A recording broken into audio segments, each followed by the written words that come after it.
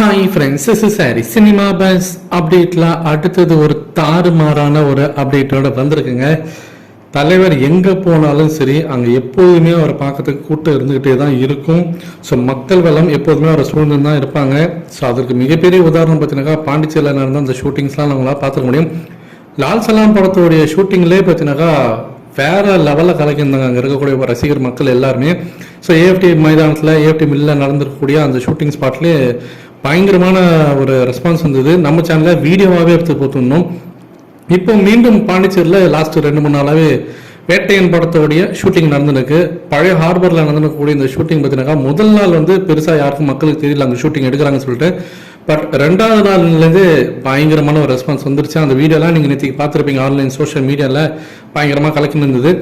இந்த நிலையில் தான் இப்போ அடுத்தது இன்றைய தினம் பாண்டிச்சேரியில் இருக்கக்கூடிய பெரிய சிவன் கோயில்கிட்ட ஒரு ஷூட்டிங் ஸ்பாட்டை நடத்திருக்காங்க. அங்கே ஷூட்டிங் நடந்திருக்கு.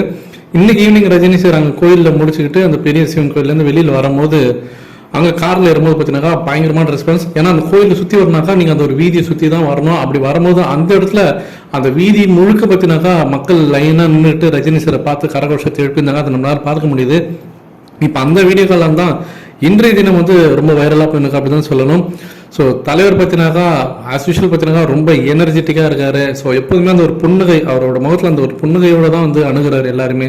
ஸோ மக்களை பார்த்துட்டு கையை செஞ்சுட்டு போகும்போதெல்லாம் அந்த வீடியோஸ்லாம் பார்த்தீங்கன்னாக்கா தாறுமாறாக போயின்னு இருக்குங்க. அதெல்லாம் வேற லெவல் ரெஸ்பான்ஸ் அப்படி தான் சொல்லுவேன்.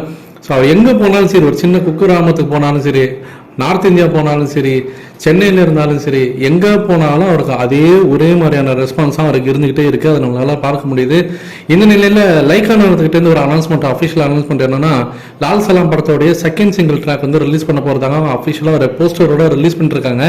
ஸோ இதை பற்றி உங்களோட கருத்துக்கள் என்ன அப்படின்றது மறக்காம கீழே சொல்லுங்க ஃப்ரெண்ட்ஸ்.